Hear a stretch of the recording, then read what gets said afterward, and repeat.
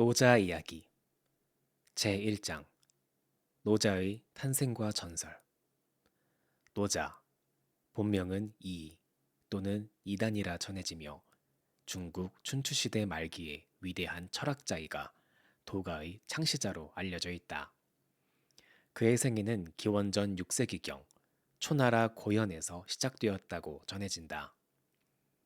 그러나 노자의 삶은 역사적 사실보다는 전설과 신화로 둘러싸여 있다. 그의 탄생 자체도 신비로운 이야기로 전해진다.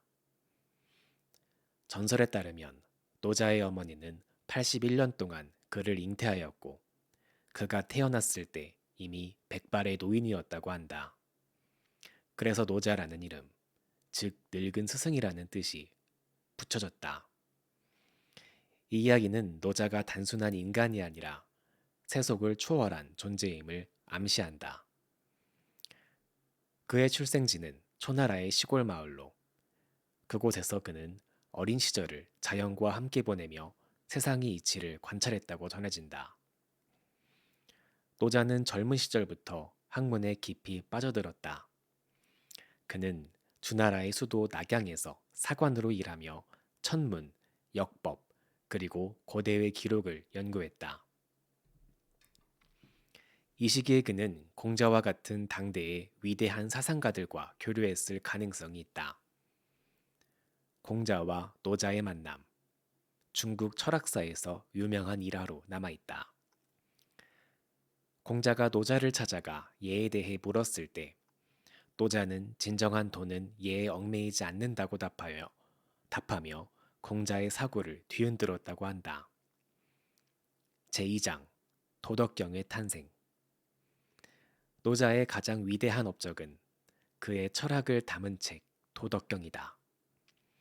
이 책은 약 5천자로 이루어진 짧은 문장이지만 그 깊이와 철학적 통찰은 수천 년 동안 사람들을 매료시켰다. 도덕경은 노자가 주나라를 떠나 서쪽으로 여행을 떠나기 전 관문직이 윤희의 요청으로 기록한 것으로 전해진다. 윤희는 노자가 관문을 지나 서쪽으로 떠나려 하자 그에게 자신의 지혜를 글로 남겨달라고 간청했다. 이에 노자는 며칠 동안 머물며 도덕경을 작성했고 이를 윤희에게 전한 뒤 다시 길을 떠났다. 이후 노자는 어디로 갔는지 어떻게 생을 마감했는지에 대한 기록은 남아있지 않다. 어떤 이들은 그가 인도로 가서 불교의 석가모니와 교류했다고 믿지만 이는 역사적 근거가 부족한 전설일 뿐이다. 도덕경은 81장으로 구성되어 있으며 각 장은 도와 덕, 그리고 인간이 세상과 조화를 이루며 살아가는 방법에 대해 이야기한다. 책의 핵심 주제는 무위, 즉 자연스러운 행동과 세상의 흐름에 따르는 삶이다. 노자는 인위적인 규칙이나 욕망에 얽매이는 대신 자연의 이치에 따라 살아가야 한다고 가르쳤다. 제3장 노자의 철학, 도와 무위. 노자의 철학은 도라는 개념을 중심으로 전개된다. 도는 우주의 근원이며 모든 존재의 본질이다. 그러나 도는 형체가 없고 이름으로 정의할 수 없는 신비로운 존재이다. 도덕경의 첫 구절은 이를 명확히 보여준다. 도가 도라 불릴 수 있다면 그것은 이미 도가 아니다. 이름이 붙여질 수 있다면 그것은 이미 참된 이름이 아니다. 도는 말로 표현하거나 논리로 이해할 수 없는 세상의 모든 것을 포괄하는 근원적 원리이다. 노자는 인간이 도를 따르려면 욕망과 집착을 버리고 자연의 흐름에 몸을 맡겨야 한다고 보았다. 이를 실천하는 방법이 바로 무위이다. 무위는 단순히 아무것도 하지 않는 것이 아니다. 이는 인위적인 노력이나 억지로 세상을 바꾸려는 시도를 멈추고 자연의 이치에 따라 행동하는 것을 의미한다. 예를 들어 통치자가 백성을 억압하거나 강제로 통제하려 하면 사회는 혼란에 빠진다. 반면 통치자가 무위의 자세로 백성의 자유를 존중하고 자연스러운 질서를 유지하면 사회는 저절로 조화를 이룬다. 노자는 또한 유와 무의 상호작용을 강조했다. 그는 존재와 비존재가를 서로 정의하며 이 둘이 조화를 이루는 것이 세상의 본질이라고 보았다. 예를 들어 항아리의 유용함은 그 안에 있는 빈 공간, 무에서 비롯되며 집의 기능은 벽과 문이 만들어낸 공간, 무에 있다. 제4장 노자와 정치, 덕과 통치. 노자는 정치와 통치에 대해서도 독창적인 견해를 제시했다. 그는 이상적인 통치란 백성들이 통치자의 존재를 느끼지 못할 정도로 자연스러운 것이라고 보았다. 도덕경에서 그는 이렇게 말한다. 최고의 통치자는 백성들이 그의 존재를 모르고, 다음은 백성들이 그를 사랑하고 따르는 통치자이며, 그 다음은 백성들이 그를 두려워하는 통치자이다. 노자는 백성들을 강제로 통제하거나 법과 규칙으로 억압하는 통치를 반대했다. 그는 통치자가 덕을 갖추고 백성들의 자연스러운 삶을 방해하지 않는 것이 중요하다고 보았다. 덕은 도에서 비롯된 내적 힘으로 겸손과 자비, 그리고 세상과의 조화를 통해 발휘된다. 노자의 정치 철학은 당시 춘추 전국시대의 혼란 속에서 특히 의미가 있었다. 각국이 패권을 다투며 전쟁과 억압이 끊이지 않던 시기에 노자는 힘과 폭력 대신 겸손과 자연스러움을 강조했다.